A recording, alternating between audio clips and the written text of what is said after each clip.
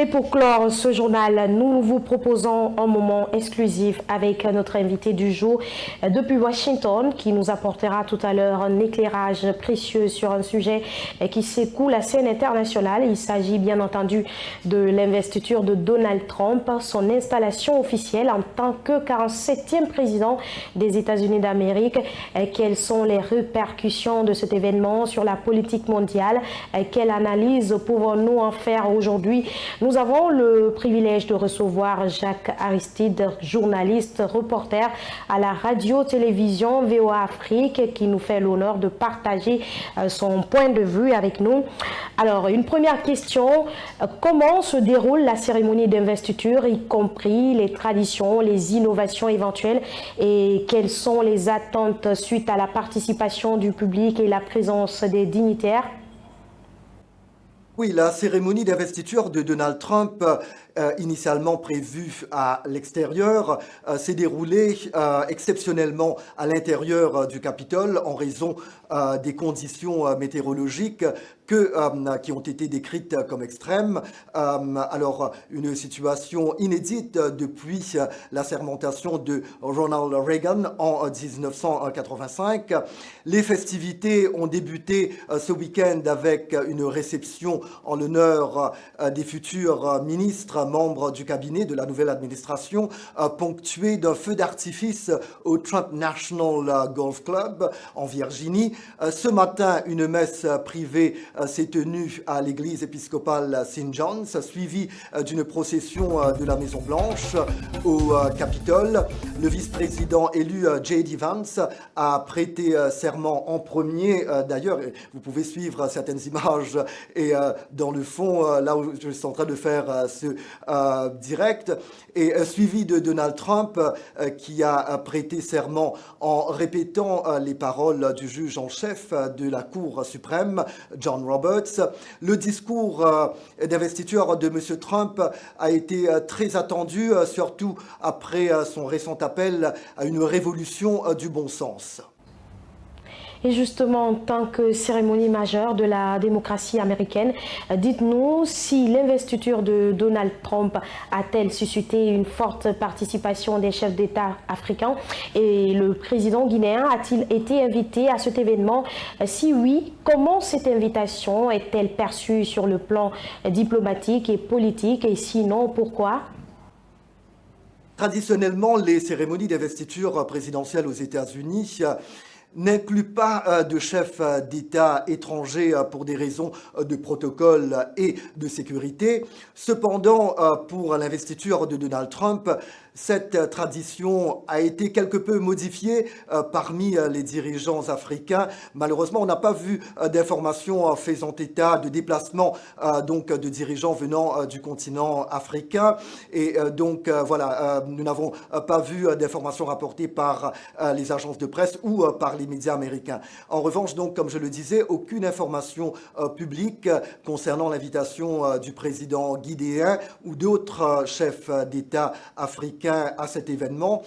Des observateurs croient que cette présence est peut-être susceptible par rapport donc au rapport diplomatique que peut-être la nouvelle administration voudrait avoir avec les dirigeants mondiaux et évidemment qui implique aussi des dirigeants venant du continent africain et peut-être aussi des affinités politiques de Donald Trump. Sur le plan diplomatique, l'invitation de certains dirigeants étrangers à cette cérémonie traditionnellement, comme je le disais, est plutôt nationale et presque comme une... donc voilà, ce sont les usages établis. Cette démarche est interprétée par certains experts comme une volonté de Donald Trump, donc concernant l'invitation de certains dirigeants étrangers, de s'affirmer en tant que figure centrale d'un mouvement populiste international et en considérant certaines alliances avec des leaders partageant des orientations politiques comparables. Pour des analystes, cette approche entraîne des interrogations quant à ses implications sur les relations internationales et la perception des États-Unis sur la scène mondiale. À l'occasion de son investiture, peut-on s'attendre à ce que Donald Trump mette en œuvre les principales propositions qu'il a formulées lors de sa campagne électorale, notamment en matière de politique étrangère et intérieure? Ses priorités comme la protection de l'économie américaine et sa position sur les relations internationales, notamment avec l'Afrique, resteront-elles au cœur de son agenda pour ce second mandat? Oui, lors de son investiture, Donald Trump a clairement indiqué son intention de mettre en œuvre les principales propositions formulées lors de sa campagne électorale, tant en matière de politique intérieure et qu'en matière de politique extérieure. Son discours a réaffirmé son engagement concernant donc envers une politique qui a été intitulée America First, visant à renforcer l'économie américaine et à adopter une posture et qualifiée plus protectionniste par des analystes sur la scène internationale. Donald Trump prévoit d'imposer des tarifs douaniers significatifs sur les importations, notamment en envisageant une taxe de 10% sur tous les biens étrangers. Certaines mesures visent à encourager la production nationale et à réduire la dépendance aux importations. Il a promis une intensification des politiques migratoires, incluant des expulsions massives, des migrants en situation irrégulière, et à renforcer donc la sécurité aux frontières également. Des programmes tels que Remain in Mexico sont susceptibles d'être réactivés pour gérer les demandes d'asile en dehors du territoire américain. L'administration Trump entend relancer l'exploitation des combustibles fossiles avec pour objectif de stimuler l'économie et de garantir l'énergie, donc la dépendance énergétique des États-Unis. Donald Trump a exprimé sa volonté de redéfinir les alliances traditionnelles en demandant notamment aux membres de l'OTAN d'augmenter leurs dépenses de défense. Il envisage également de revoir les relations commerciales avec des pays comme la Chine, notamment en imposant des tarifs douaniers supplémentaires. Il a proposé de mettre fin à la guerre en Ukraine, suggérant des concessions territoriales et conditionnant l'aide américaine à un remboursement, ce qui marque un changement dans la politique étrangère américaine selon des observateurs. L'Afrique n'a pas été au cœur du discours d'investiture. Des observateurs se demandent tout de même si le continent africain finira par figurer parmi les priorités de la nouvelle administration. Donc tout cela, évidemment, ce sont des choses qu'il faudra attendre pour voir. Alors Jacques, depuis samedi, l'application TikTok est inaccessible pour ceux qui vivent aux États-Unis, ce qui d'ailleurs pourrait être source de panique selon les observateurs, car vous n'êtes pas sans savoir que c'est aujourd'hui l'un des réseaux les plus utilisés. Est-ce que le président Donald Trump envisage de faire face à cela dès après son installation ? Oui, le rétablissement de TikTok aux États-Unis, survenu dimanche, peut être perçu comme une victoire pour Donald Trump.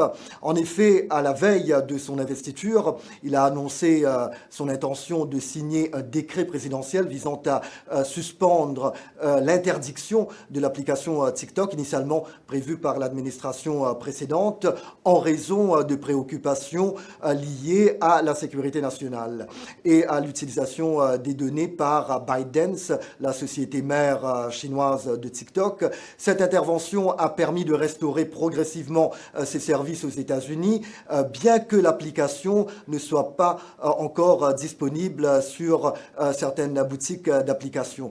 Et toutefois, certains experts juridiques soulignent que les assurances de Donald Trump pourraient ne pas suffire à protéger les entreprises associées à TikTok, TikTok en ce qui concerne les responsabilités légales potentielles. Des critiques ont également parlé de l'absence d'une autorité présidentielle formelle. Les entreprises encore pouvoir faire face à des amendes industrielles pour non-respect de la loi. En somme, donc, cette décision devra, et donc on va attendre pour voir, et ce qui fait que l'action de Donald Trump en faveur du rétablissement de TikTok peut être considérée comme une victoire politique et symbolique, démontrant sa capacité à influencer des décisions majeures, son entrée en fonction officielle.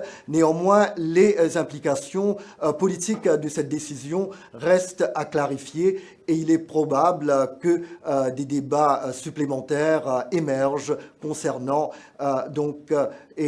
toute cette affaire concernant la propriété et le fonctionnement de TikTok ici aux États-Unis.